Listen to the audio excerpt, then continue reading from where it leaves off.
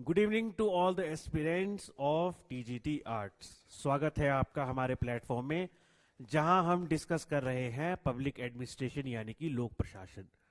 लोक प्रशासन के अगले इस लेक्चर में, इस एपिसोड में हम क्या डिस्कस करेंगे, एडमिनिस्ट्रेटर थिंकर्स को।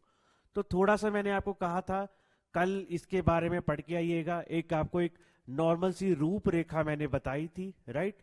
उसी को आगे कंटिन्यू करते हुए जो है हम एडमिनिस्ट्रेटिव थिंकर्स को आगे पढ़ेंगे।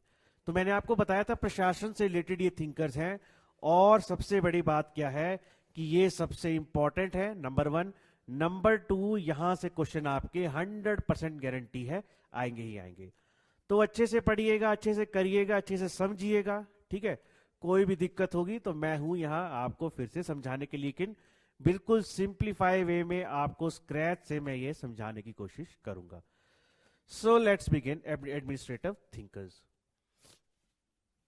देखो यहां पे क्या है, सबसे पहले हम बात करेंगे कौटिल्य की। कौटिल्य आप सबने नाम सुना होगा, फेमस बुक अर्थशास्त्र भी जो है इन्होंने लिखी है। तो कौटिल्य, जिन्हें चाणक्य भी कहा जाता है, उसके बारे में बात करेंगे, राइट। कौटिल्य कौन थे? चीफ मिनिस्टर थे किस अंपायर के? चंद्रगुप्त मौर्य के, ठीक है। मौर्यन अंपायर था, वहां पे चंद्रगुप्त मौर्य जो है वो किंग होते थे, उनके ये चीफ मिनिस्टर थे। और इन्होंने कौन सी बुक ऑथर की है? अर्थशास्त्र, यानी कि इकोनॉमी से रिलेटेड जो है, कैसे इकोनॉमी काम करती है, अर्थ यानी इकोनॉमिक्स, ठीक है, उसको इन्होंने जो है ऑथर किया है। तो इनको क्या कहा जाता है? फर्स्ट इंडियन एडमिनिस्ट्रेटिव थिंकर भी। राजाओं महाराजाओं के समय इतना प्रशासन पे ध्यान नहीं दिया जाता था, लेकिन जैसे हमें पता है, हमें अपने कल्चर पे भी प्राउड है। तो जो फर्स्ट हमारे क्या थे एडमिनिस्ट्रेटिव थिंकर थे, वो कौन थे? कौटिल्य को जो है कहा जाता है। तो उनके आइडियाज थे वो काफी प्रैक्टिकल भी थे। प्रैक्टिकल क्यों थे?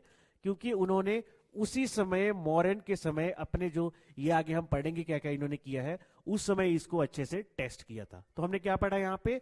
कौटिल्य कौन है? चंद्रगुप्त मौर्य के क्या है? चीफ मिनिस्टर है। अर्थशास्त्र, आप इनको मुख्यमंत्री भी कह सकते हो, प्राइम मिनिस्टर भी कह सकते हो, कुछ भी कह सकते हो। फर्स्ट इंडियन एडमिनिस्ट्रेटिव, प्रशासनिक चिंतक इनको माना जाता है। और इन्होंने अपने सारे आइडियाज बहुत प्रैक्टिकल दिए थे, क्योंकि ना सिर्फ इन्होंने सोचा, वहां पे ये इंप्लीमेंट किए। क्या क्या है ये, वो अब चेक। तो पहली जो इन्होंने अपनी थ्योरी दी थी वो थी सप्तांग थ्योरी। सप्तांग का मतलब क्या है? सीधा सीधा मतलब है 7, राइट। तो 7 ऐसी चीजें इन्होंने बताई जो बहुत इंपॉर्टेंट है। 7 एलिमेंट्स आपकी सरकार को, आपके किंगडम को, आपकी जो एक मजबूत राज्य है उसको चलाने के लिए। सप्तंग मतलब 7। सप्तंग की ये थ्योरी है, ठीक है। तो जो स्ट्रॉन्ग स्टेट है उसको 7 पार्ट्स में इन्होंने डिवाइड किया। क्या क्या है ये सातों के सातों अगर आपके स्ट्रांग होंगे, मतलब आपकी जो स्टेट है, आपका राज्य है, वो सबसे शक्तिशाली होगा। क्या क्या है ये? राजा, किंग है, मिनिस्टर है, टेरिटरी यानी कि क्या है ये, आपकी कितना क्षेत्र है वो है, किला हो गया, ठीक है।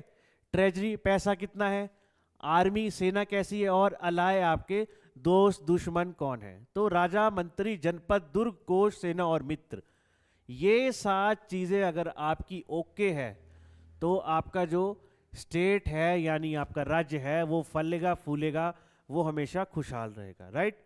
और each element must be strong for the whole state to function well. हर एक भाग मजबूत होना चाहिए, तभी राज्य आपका अच्छे से चलेगा। इन्होंने बहुत अच्छे तरीके से इसको रिलेट भी किया है। कैसे किया है देखो। अब एक चीज आपकी बताई यहां पे, ट्रेजरी। ट्रेजरी का क्या मतलब है? कोष। अगर यहां पे कोष वीक है, ट्रेजरी कम है, तो जो राजा है वो अपनी आर्मी को अच्छे से पेमेंट नहीं दे सकता। पेमेंट नहीं देगा तो एक पावरफुल किंग है, वो अपनी आर्मी के बिना भी क्या है? हेल्पलेस है, ठीक है। तो लड़ाई लड़ने राजा अकेले तो जाएंगे नहीं, अपनी पूरी सेना को साथ लेके जाएंगे। और सेना को साथ ले जाना है तो उसको खिलाना पिलाना पड़ेगा, समय पर सैलरी देनी पड़ेगी, राइट। इसीलिए जो है यहाँ पे क्या बोला गया है कि ये सातों चीजें आपस में अच्छे से कनेक्टेड है। ये कनेक्टेड होंगी, ये पावरफुल होंगी, तो आपका राज्य भी यहाँ पे शक्तिशाली होगा। आगे आते हैं।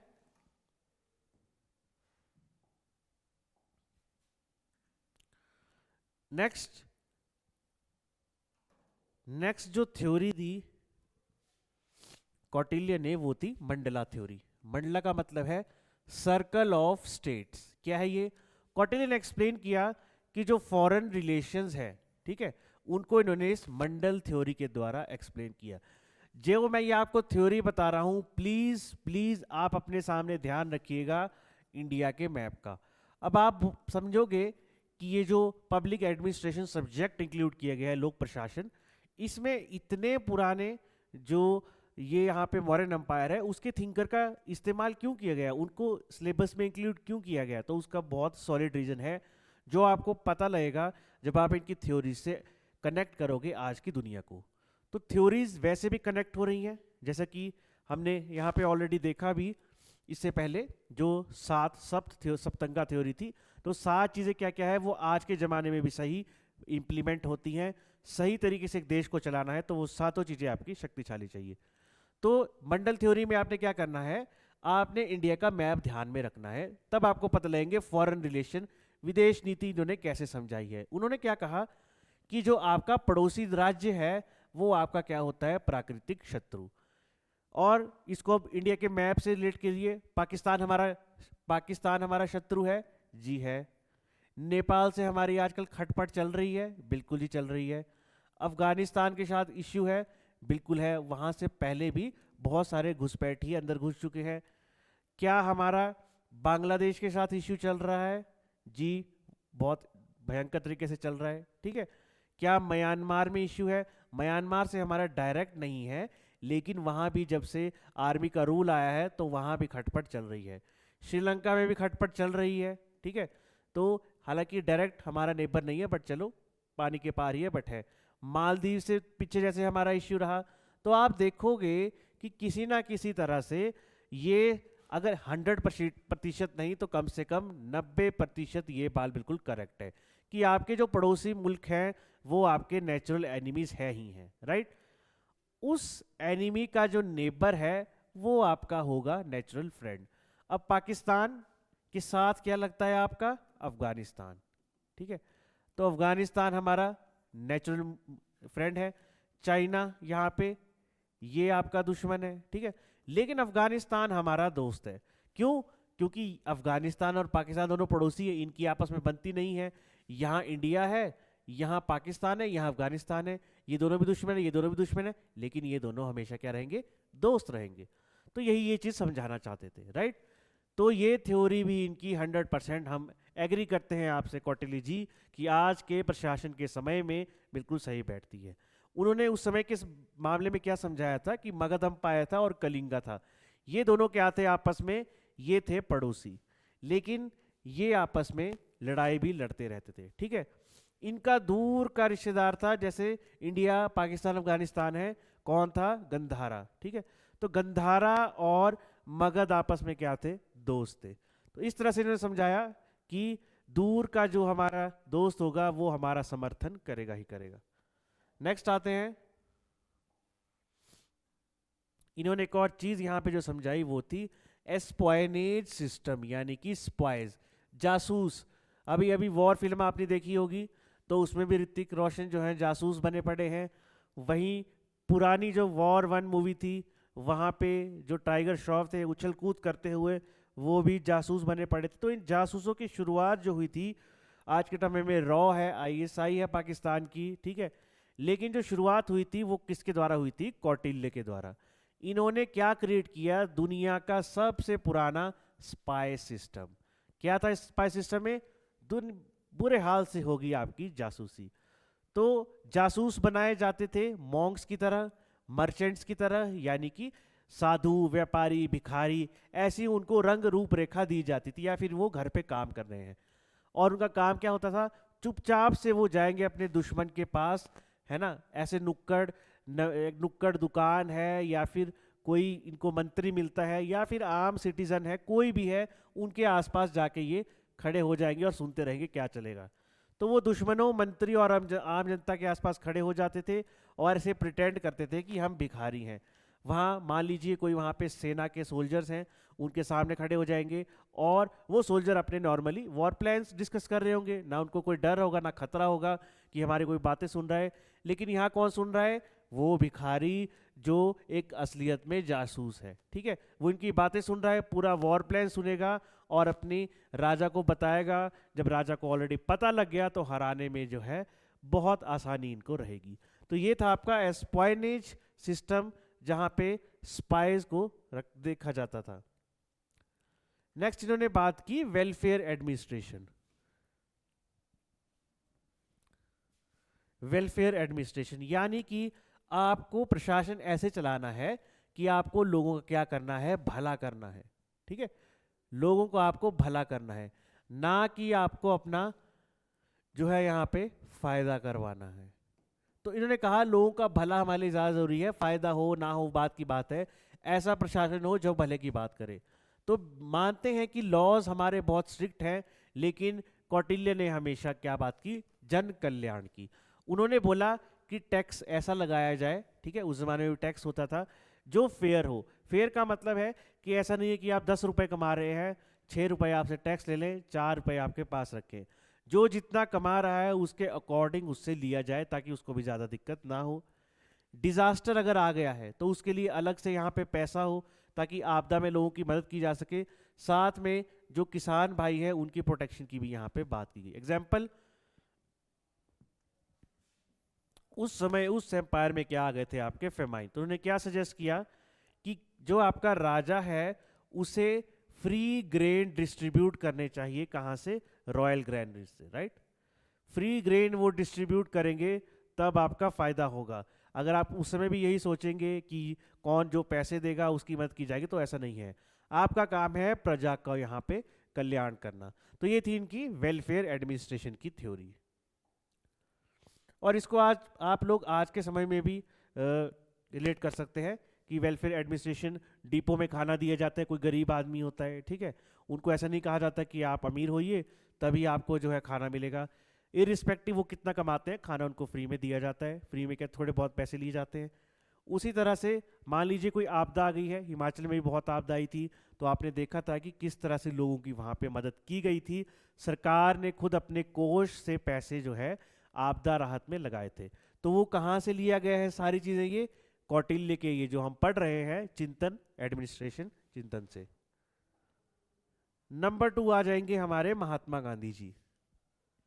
तो महात्मा गांधी जी की थ्योरीज भी बहुत फेमस है। इनके ये भी एक चिंतक थे जिनकी थ्योरीज को आज भी अच्छे से फॉलो किया जाता है। तो ये ट्रेडिशनल एडमिनिस्ट्रेटर तो नहीं थे, ठीक है, क्योंकि ये तो देखो हमारा जो फ्रीडम स्ट्रगल है उसमें जो है इन्होंने मेजर रोल निभाया था। ले ये मेजरली क्या थे? फ्रीडम स्ट्रगलर थे, हमारे नेशनलिस्ट थे, जिन्होंने हमारे आज़ादी दिलाने में बहुत एक अहम भूमिका निभाई है। लेकिन इन्होंने बहुत चीज़ें ऐसी भी सोची है जो आज की डेट में पूरी तरह इम्प्लीमेंट होती है। तो उस तरह के थिंकर नहीं थे जैसे मैं और पढ़ा रहा हूँ, लेकिन हाँ एक लेवल तक तो थे, ठीक है। तो उनकी थॉट्स ने इंडिया के जो प्रशासन है उसको बहुत डीपली इन्फ्लुएंस किया था। क्या है उनके, देखते हैं। एक चीज़ तो हमें पता है कि गांधी जी सत्य की बात करते थे, नॉन वायलेंस की बात करते थे, मोरालिटी अच्छी हो, ठीक है, सिंप्लिसिटी आए, इन सब की वो अच्छे से बात करते थे।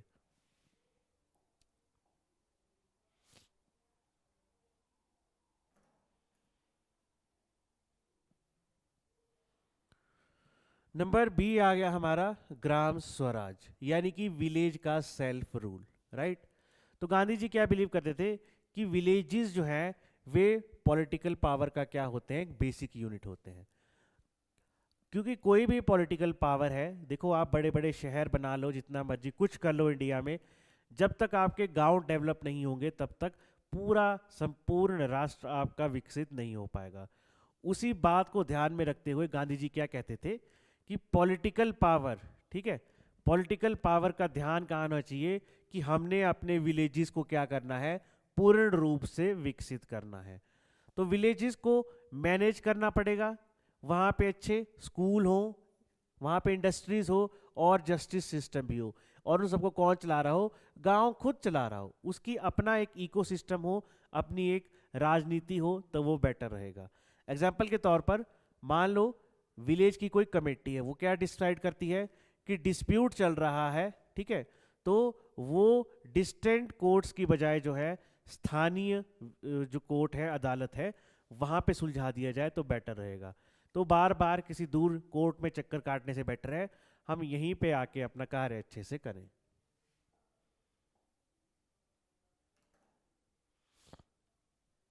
नेक्स्ट इन्होंने क्या बात की, नेक्स्ट की बात डिसेंट्रलाइजेशन की।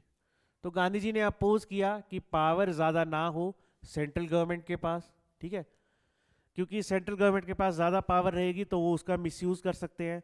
उनको कहना था, जैसे गांव के बारे में बताया, कि लोकल पावर ज़्यादा होनी चाहिए, इससे जवाबदेही भी ज़्यादा रहेगी। और इसका आप सीधा डायरेक्ट मतलब कहाँ उठा सकते हो, डायरेक्ट आप यहाँ पे देख सकते हो कि हमारे जो 73rd 74th कॉन्स्टिट्यूशन संविधान का जो संशोधन है वहाँ किसकी बात की जाती है, जो हमारे पंचायती राज है, ठीक है। तो ये कहना गलत नहीं होगा, पंचायती राज में भी जो है हम जो आज पंचायती राज अपना रहे हैं तो कहीं ना कहीं से ये गांधी जी के जो व्यूज हैं वहां से डिराइव्ड है। ओके, एग्जाम्पल के तौर पर एक गांव है, वो अपना रोड ठीक कर रहा है, कैसे, अपने लोकल फंड से। तो वो ज़्यादा काम करेगा रेदर देन कि वो बार बार ऊपर बोलता रहे कि जी हमारा सड़क टूटी है उसको ठीक करो, बार बार ऊपर इंफॉर्मेशन पहुंचा रहा है, ठीक है। तो कब को वो उनकी information central government state government में पहुंचेगी, कब को वो उसको ठीक करेंगे, तो बहुत टाइम इसमें लगता है। आपको पता है लेट लीता फशाही कैसे काम करती है, ठीक है। तो उस सबको रोकने के लिए क्या है, गांधी ने क्या कहा था कि अपनी लोकल गवर्नमेंट को ज़्यादा बढ़ावा दो। नेक्स्ट गांधी जी ने यहाँ बात की ट्रस्टीशिप की।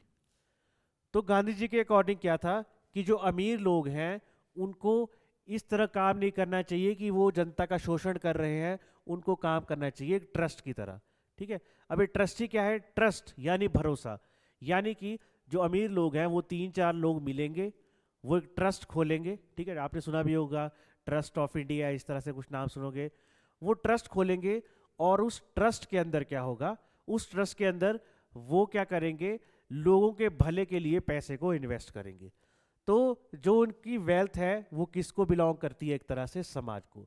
उनकी संपत्ति उनकी नहीं है, ऐसा नहीं कह रहे वो कि आप समाज को जाके संपत्ति को बांट दीजिए, लेकिन उनके कहने का क्या मतलब है यहाँ पे कि वो संपत्ति आपकी समाज के भले के लिए भी लगनी चाहिए। फॉर एग्जाम्पल एक फैक्ट्री है, उसका एक फैक्ट्री का ओनर है, ठीक है उसको अपने शेयर से काफ़ी प्रॉफिट हुआ, तो वो प्रॉफिट उसको अपने वर्कर से भी शेयर करना चाहिए। ऐसा नहीं है कि सारा का सारा ही शेयर कर दे, लेकिन कुछ प्रतिशत, अगर वो उसको 1 करोड़ भी कमा रहा है तो कम से कम 1000 रुपए उसमें से अपने वर्कर्स को बांट देगा, तो भला रहेगा, खुश रहेंगे वर्कर्स भी, ठीक है। तो इस तरह से उसको कल्याण की बात भी वहां पे करनी चाहिए। नेक्स्ट, सर्वोदय और अंत्योदय। सर्वोदय और अंत्योदय की उन्होंने थ्योरी दी, मैंने कल भी बताया था। सर्वोदय का मतलब है सबका विकास, सर्व उदय, ठीक है। अंत्योदय का क्या मतलब है, जो आपका गरीब से गरीब भी है उसका सबसे पहले उत्थान करना है। तो ऊपर वालों का उत्थान से पहले सभी गरीबों का उत्थान करने का सोचोगे, तभी आपको फायदा मिलेगा, तभी आपके देश की जो अर्थव्यवस्था है वो अच्छे से चलेगी और तभी वो विकसित हो पाएगा। तो सर्वोदय यानी कि वेलफेयर ऑफ ऑल, इसका मतलब ये है कि जो स्कीम निकाल रही है कुछ सरकार, वो इस तरह ना निकाली जाए कि उससे सिर्फ 4 लोगों का फायदा हो रहा है, ठीक है। हम बात करते हैं 4 लोग, तो 4 लोगों का फायदा ना होकर आपको स्कीम ऐसी निकालनी पड़ेगी कि अगर 100 लोग हैं एक देश में तो 100 के 100 का फायदा हो, सबको जो विकास है उसके फल जो है एंजॉय करने का समय मिले और सभी उसके फल को अच्छे से एंजॉय कर सके। कुछ अगर ऐसे वर्ग हैं हमारे समाज के जो वंचित रह जाते हैं, जो हमारा देश विकास कर रहा है उसे, तो होगा क्या, उनमें घृणा आ जाएगी, हो सकता है वो देश के अगेंस्ट हो जाए। आपने देखा होगा कि बहुत सारी स्टेट्स हैं, बहुत सारे ग्रुप्स हैं जो इंडिया से अलग होने की बात करते हैं, तो क्योंकि उनको लगता है कि हमारे बारे में सरकार नहीं सोचती, ये कहीं और ही सोच रही है। तो बेटर है सर्वोदय हो, सबका यहाँ पर उदय हो, कोई भी समाज का ऐसा वर्ग ना रहे जो विकास से वंचित रह जाए। साथ में अंत्योदय का क्या मतलब है, सबसे पहले हम किसका कल्याण करेंगे, गरीबों का, राइट। तो ऐसी पॉलिसी बनाओ जो हेल्प करे रिच फार्मर्स की, लेकिन हेल्प करे उन लेबरों को भी जिनके पास जमीन नहीं है, ठीक है। तो ये अंत्योदय का यहाँ पे जो क्या था, सपना था।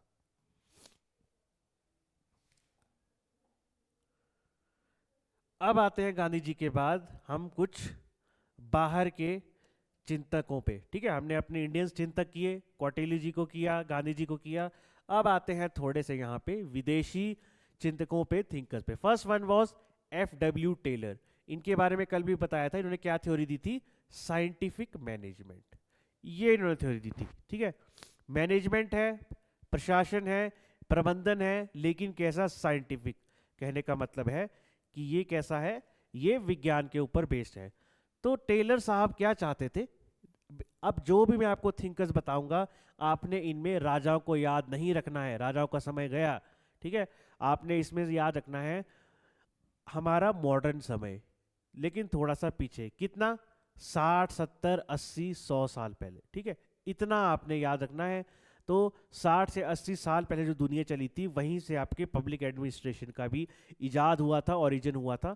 तो वहाँ पे जो कुछ एक्सपेरिमेंट हो रहे थे, नई नई फैक्ट्रियाँ बनी थी, उन सब की स्टडीज इन थिंकर्स ने की है।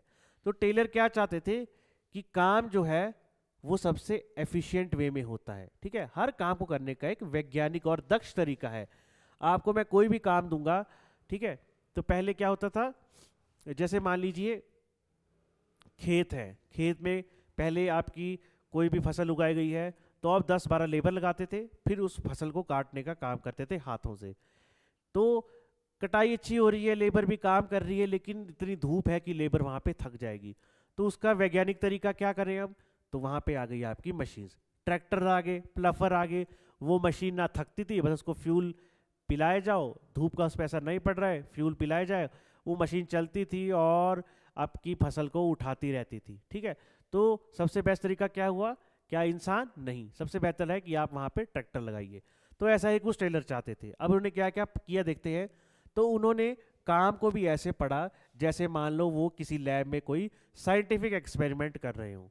देखते हैं क्या क्या किया उन्होंने। पहले की उन्होंने टाइम स्टडी। क्या किया? सबसे पहले समय की स्टडी की। क्या स्टडी किया? इन्होंने देखा कि कितना टाइम लग रहा है हर छोटे छोटे काम को करने के खातिर। मान लो 6 घंटे हैं आपके पास, 6 आवर्स में आपका काम होता है। आपने क्या किया? कुछ काम ऐसे देखे जो हम अवॉइड भी कर सकते हैं, उनको जल्दी भी कर सकते हैं। तो एक काम को करने में पहले भी आपके 6 घंटे लग रहे थे,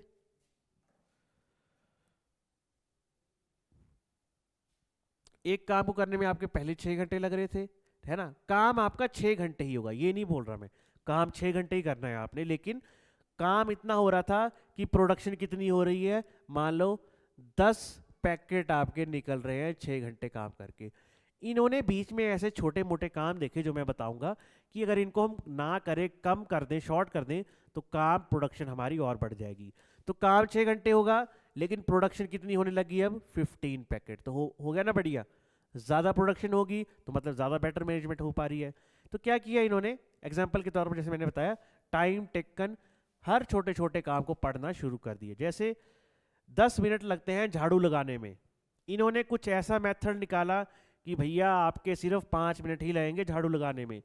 तो शुरू में सुबह सुबह सब जगह झाड़ू लगता है, तो अगर उस टाइम में 5 मिनट कम हो जाए, 5 मिनट ज़्यादा आपके जो है शिफ्ट हो जाए, चीज़ें जल्दी होने लग जाए, तो क्या होगा? कितना?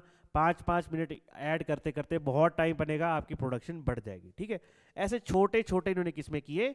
टाइम टेकन, टाइम की स्टडी को करने में। और देखते हैं इन्होंने क्या क्या किया है। नेक्स्ट इन्होंने की मोशन स्टडी।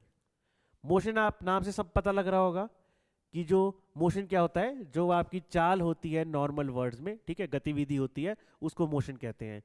इन्होंने बोला कि हम कुछ ऐसी बिना सिर पैर की गतिविधियां करते हैं जो अगर ना की जाए तो हमारा टाइम भी बचेगा और साथ में क्या बचेगी? यहाँ पे एनर्जी भी बचेगी। दो चीज़ों के लिए ये आए, ठीक है। तो कुछ ऐसी चीज़ें हैं जो आपको अननेसेसरी नहीं करनी है अगर आप टाइम बचाना चाहते हैं और एनर्जी भी बचाना चाहते हैं। देखते हैं क्या है वो। जैसे कि आपके वहाँ पे वर्कर्स काम कर रहे हैं फैक्ट्री में, तो इस तरह से आप खड़े हो, ठीक है। अब काम क्या है आपका? फर्श पे कुछ पड़ा है, तो मान लो फर्श पे कुछ पड़ा है, वो उठाना है और यहाँ रखना है, वो उठाना है, यहाँ रखना है। तो आप ये काम मुझे दे रहे हो, तो अब देखो मैं फटाफट यहाँ झुकूंगा, उठाऊंगा, रखूंगा, फिर झुकूंगा, फिर सामान उठाऊंगा, फिर ऊपर रखूंगा। अब इस प्रैक्टिस में क्या है? मेरी पीठ में हो जाएगी दर्द।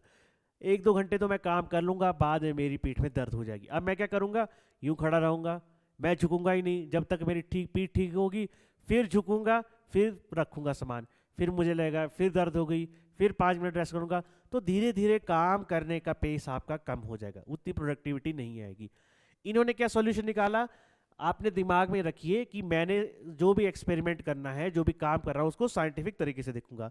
क्या सॉल्यूशन निकाला कि भैया यहाँ पे एक प्लेटफॉर्म रख दो ना, हायर प्लेटफॉर्म, यानी कि मुझे झुकने की जरूरत ना पड़े, यहाँ पे आपका सारा सामान रखा हो, तो यहीं पे उसको खोलूंगा, देखूंगा उसमें कुछ दिक्कत नहीं है, आगे भेज दूंगा। अब मेरी पीठ भी नहीं झुक रही, पीठ नहीं झुक रही तो दर्द भी नहीं हो रहा, दर्द नहीं हो रहा तो काम भी उसी पेस से होता रहेगा, प्रोडक्शन भी उतनी ही अच्छी चलती रहेगी। ठीक है, आई होप समझ गए हो मोशन स्टडी इन्होंने क्यों स्टडी की और क्या उसका इफेक्ट इन पे पड़ा। नेक्स्ट किया इन्होंने वन बेस्ट वे। कल भी आपको बताया था वन बेस्ट वे का क्या मतलब होता है कि कोई भी काम आप कर रहे हो, राइट, कोई भी काम आप कर रहे हो उसको करने का एक सबसे बेहतरीन तरीका होता है। कोई भी जॉब आप कर रहे हो, ठीक है, कैसे, एग्जाम्पल के तौर पे समझते हैं। एक स्पेसिफिक साइज का आप क्या करोगे, फावड़ा लोगे, वो उठाओगे। मान लो आप यहाँ पे कोयला उठा रहे हो किसी खदान में, तो कोयला उठाने के लिए पहले कोई डंडा यूज कर रहा है, ठीक है, किसी का जो आगे फावड़ा है वो थोड़ा शॉर्ट है तो वो उठाया नहीं जा रहा, और जब उठ रहा है तो उसमें जो आपका कोयला है वो थोड़ा सा आ रहा है। तो अगर उसको 10 बारी में, याद रखिएगा 10 बार वो अपना टूल इस्तेमाल कर रहा है और जो कोयला है वो दूसरी तरफ 1 किलो ही पहुंच रहा है, तो उससे बेटर है एक ऐसा फावड़ा तैयार किया इन भाई साहब ने कि एक ही बारी में 10 किलो सीधा सीधा आपके ट्रक में पहुंच जाएगा। ठीक है, तो हो गया ना बेस्ट वे वो काम करने का। तो इन्होंने यही बोला बेस्ट वे वो कैसा होगा और साइंटिफिक तरीके से आएगा। ठीक है, एक स्पेसिफिक साइड का फावड़ा से ही उन्होंने बता दिया, there is one best method believe to happen in every job. Next किया इन्होंने differential piece rate system. Differential यानी कि अलग अलग पीस रेट सिस्टम। कैसा रेट सिस्टम है ये, आइए देखते हैं, आइए जानते हैं। तो इस रेट सिस्टम में क्या बोला इन्होंने, जितनी ज्यादा प्रोडक्शन उतनी ही ज्यादा क्या मिलेगी, वेतन मिलेगा। अगर आपकी प्रोडक्शन ही कम है, ठीक है, तो पे भी आपको कम ही मिलेगी। तो आप समझ सकते हो कि इंसान को थोड़ा सा लालच देना शुरू कर दिया कि भाई अब ठीक है, कोई पर्सन है उसने बोला मैं काम करूंगा 6 घंटे, ठीक है, और मुझे पैसा मिलेगा 1000 रुपये, इतना मुझे पैसा मिलेगा, राइट। तो उस अभी आपको सोचने में बहुत सिंपल लगेगा, लेकिन उस टाइम ये बहुत ही कम्प्लेक्स चीज़ थी। अब मान लो इसको बोला जाए कि भाई तू काम करेगा 7 घंटे, पैसा कितना मिलेगा 1000 रुपये, ये बोलेगा भाड़ में जाओ, मैं क्यों करूँ काम। लेकिन अब आप बोलोगे 7 घंटे काम करेंगे 100 रुपये और ले जा, ठीक है, तो अब इस 1 घंटे में काम करने का फायदा क्या है, ज़्यादा प्रोडक्शन हो रही है। तो ज़्यादा प्रोडक्शन कब हो रही है, 7 घंटे काम करके, पे कितनी मिलेगी, ज़्यादा, ठीक है, सीधी हो जाएगी आपकी ये 1100। अगर प्रोडक्शन ही कम है, 6 घंटे काम की 1000 रुपये मिल रहे थे, तो पे भी भैया 1000 ही मिलेगी। ठीक है, तो ज़्यादा उत्पादन ज़्यादा वेतन, कम उत्पादन कम वेतन। एग्जाम्पल के तौर पर एक वर्कर है, वो 120 यूनिट्स बनाता है बोनस और एक 80 यूनिट्स बना रहा है, ठीक है, सेम यहीं पे आपको बता दिया कि किस तरह से 6 घंटे काम किया बंदे ने। 6 घंटे क्या काम किया इसने, 6 घंटे में इसने पुराने समय में यहाँ पे 10 पैकेट जो है वो चेक किए कि ठीक है या गलत है, और 1 घंटे में उसने कितने कर दिए, 12 कर दिए, तो ज़्यादा काम हो गया ना, तो ज़्यादा पैसे मिल गए यहाँ पे। बस यही यहाँ पे सिंपल थ्योरी इन्होंने दी थी। नेक्स्ट इन्हीं की थ्योरी आ जाएगी फंक्शनल फोरमैनशिप। फंक्शनल यानी कि क्या आपका फंक्शन है, राइट, फंक्शनल फोरमैनशिप।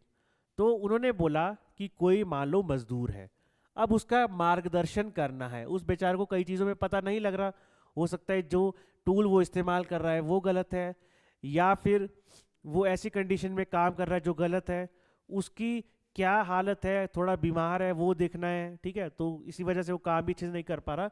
तो यहाँ पे बोला गया कि 8 विशेषज्ञ आप ऐसे होंगे जो इन मजदूरों के कामों को देखेंगे कि वो सही कर रहे हैं कि नहीं।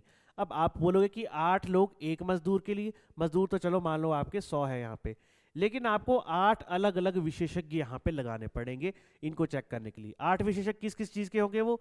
कोई पर्सन क्वालिटी देखेगा कि काम की क्वालिटी कैसी है, कुछ देखेगा कि जो आपके वेपन है, टूल्स हैं, वो अच्छे हैं, शार्प है, कुछ देखेगा कि प्लानिंग क्या चल रही है, ठीक है। ये सारे ऐसे 8 एक्सपर्ट होंगे।